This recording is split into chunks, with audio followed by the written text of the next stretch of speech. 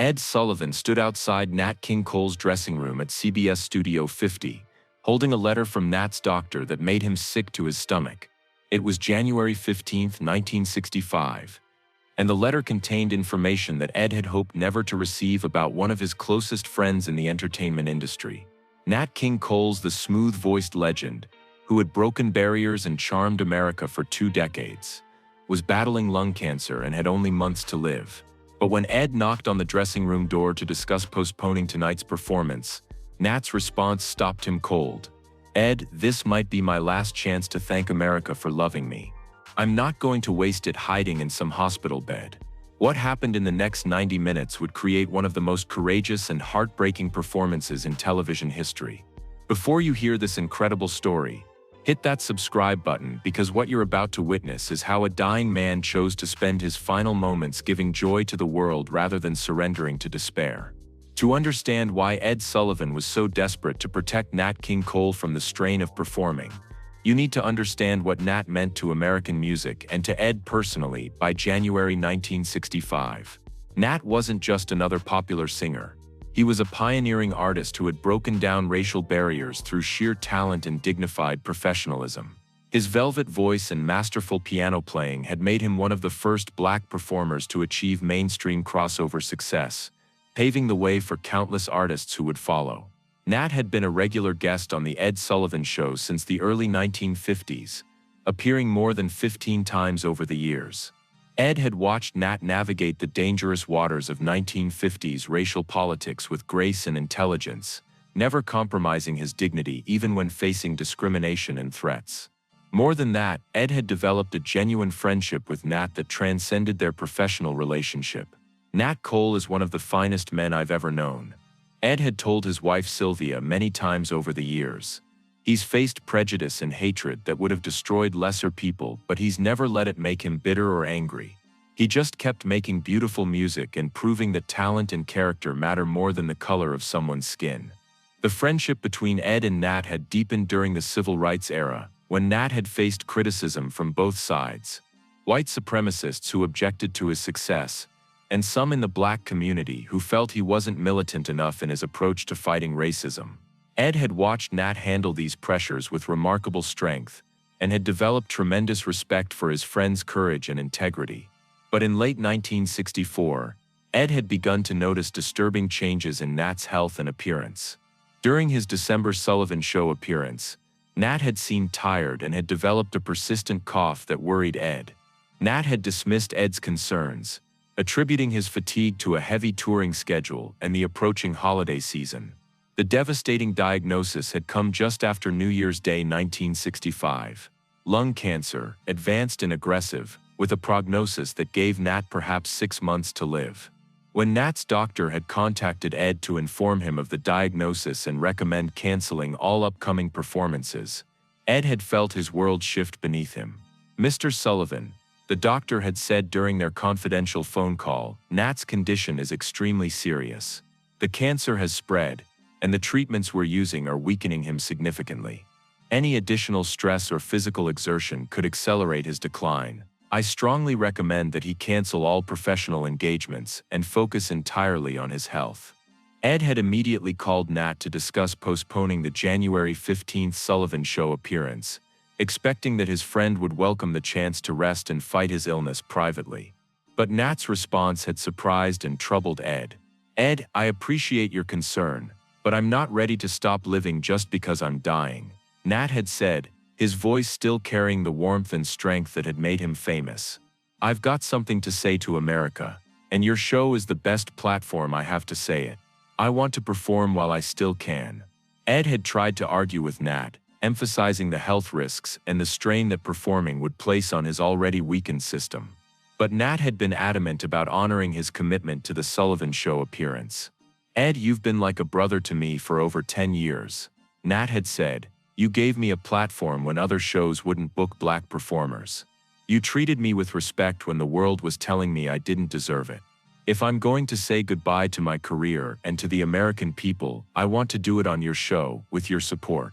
Ed had ultimately agreed to the performance, but with extensive medical precautions and modifications. The appearance would be limited to 2 songs instead of the usual 3 or 4. A doctor would be present in the studio, and Nat would have a chair available if he needed to rest during his performance. Most importantly, Ed had arranged for the taping to be done in advance rather than live, allowing for breaks if Nat's strength failed. The day of the January 15th taping, Nat arrived at CBS Studio 50 looking dramatically different from his previous appearances. The cancer and chemotherapy had taken a visible toll. He was thinner, his famous smooth complexion was pale, and he moved with the careful deliberation of someone managing significant physical discomfort. But his eyes still held the intelligence and warmth that had endeared him to millions of fans worldwide. "Thank you for letting me do this, Ed," Nat said as Ed welcomed him to the studio. "I know it's not easy for you to watch someone you care about struggling like this. But I needed to have this moment to say what I need to say while I still can." Ed had to fight back tears as he looked at his friend, remembering the vibrant, healthy performer who had charmed audiences for so many years. But he also recognized the determination and courage in Nat's voice, qualities that had carried him through decades of professional and personal challenges. During the rehearsal, it became clear that Nat's physical limitations were significant. His voice, while still recognizable, lacked the effortless power that had defined his recordings. He tired easily and needed frequent rests between songs. But there was something in his performance that transcended technical perfection, an emotional honesty and vulnerability that came from a man who knew he was sharing his gift for perhaps the final time. "This is going to be one of the most important performances we've ever recorded," Ed told his production crew before the taping began. "We're documenting a master artist's farewell, and we need to capture it with the dignity and respect it deserves. This isn't just entertainment, this is history." For his first song, Nat chose "Smile," the Charlie Chaplin composition that had become one of his signature numbers. As he began to sing about smiling through heartache and finding hope in difficult times, the studio fell completely silent. Everyone present seemed to understand that they were witnessing something extraordinary. A dying man using music to offer comfort and encouragement to others facing their own struggles. Ed watched from the wings, tears streaming down his face as his friend delivered a performance that was both technically masterful and emotionally devastating. Nat's interpretation of "Smile" carried the weight of someone who had faced discrimination, illness, and the approaching end of life while maintaining his dignity and grace. The studio audience, which had been briefed about Nat's condition, responded with unusual restraint and reverence. Instead of typical enthusiastic applause, they offered quiet, respectful appreciation that seemed more appropriate for a sacred moment than a television performance. For his second song, Nat performed "Unforgettable," the Irving Gordon composition that would later become his daughter Natalie's tribute to him. As Nat sang about being unforgettable in every way, his voice carried poignant awareness of a man who was creating his own legacy in real time. The performance was heartbreaking in its beauty and courage. Nat sang with full knowledge that he was saying goodbye, but instead of self-pity or sadness, his interpretation celebrated the joy and love that music had brought to his life and to the lives of those who had heard him perform. When Nat finished "Unforgettable," the studio was silent for several seconds before erupting in applause that seemed to go on forever. But more than applause, there was a quality of reverence and love that recognized what they had just witnessed. A master artist's final gift to the world. Ed walked onto the set, struggling to maintain his professional composure while knowing he was participating in a farewell that would never be repeated. "Ladies and gentlemen," Ed said, his voice thick with emotion, "you have just heard from one of the greatest artists America has ever produced. Nat King Cole has given us more than beautiful music. He's shown us how to face life's challenges with grace, dignity, and an unwavering commitment to bringing joy to others." Nat stood slowly, clearly exhausted by the performance, but visibly satisfied with what he had accomplished. His smile was radiant despite his physical condition. The same expression of gentle joy that had captivated audiences for over 20 years. After the cameras stopped rolling, Nat remained seated for several minutes, seemingly overwhelmed by the emotion and effort of the performance. Ed sat beside him, and the two men shared a moment of friendship and mutual respect that transcended their professional relationship. "Thank you for believing in me when others wouldn't," Nat said quietly. "Thank you for giving me a platform to share my music with America. And thank you for letting me say goodbye the way I wanted to, knees through song."